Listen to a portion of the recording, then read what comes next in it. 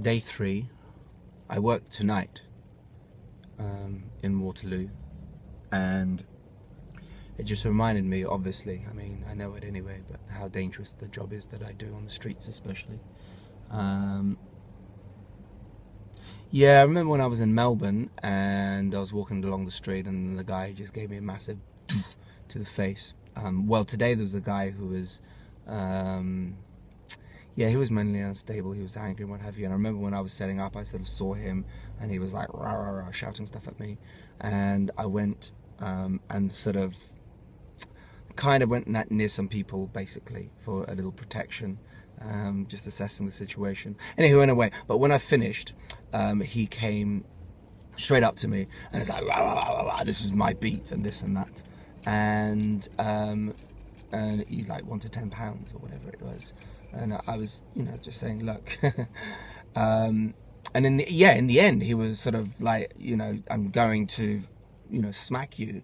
And then he was like, can I have £5 or something? And I was just like, well, I'll give you £1. Anyway, this guy came up to me and the guy was like, I'm going to smack you, I'm going to kill you, I'm going to whatever it is. And I looked at him and I checked, he didn't look like he had anything in his pockets. He had a can of beer in his hand.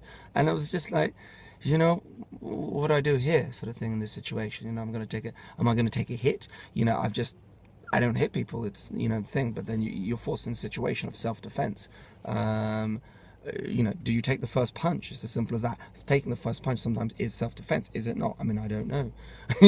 So he's going to swing at me, and I was sort of trying to pack up and try to sort the situation. Anyway, somebody came to my rescue, and, the guy was like, rah! And in the end, he just gave him a smack to the head, and the guy went down. And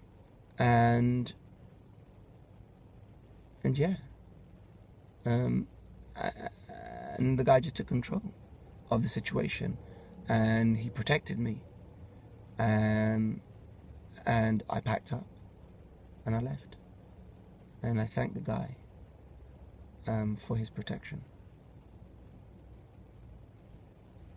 So, that's day 3.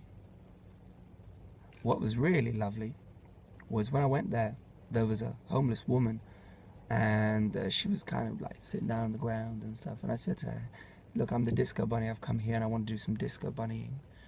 Do you mind if I set up here? And I said to her, if you do mind, I can go elsewhere, it's no problem at all. She says, she's really, hardly cheerful. Anyway, I gave her my card, she said she didn't want it. I said, no, please, take it anyway, it's for you. So I said, look, I'll stay, I might be an hour or 2 hours or something like that. Anyway, I did my thing. Within like quarter of an hour, the woman was standing up and she was having dance-offs, and everybody was like clapping and cheering.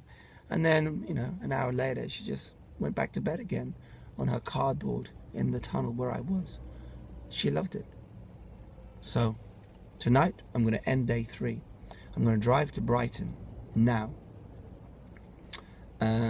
Tomorrow morning at 8 a.m. I have a photo shoot with what the hell? Susan. What's Susan's surname?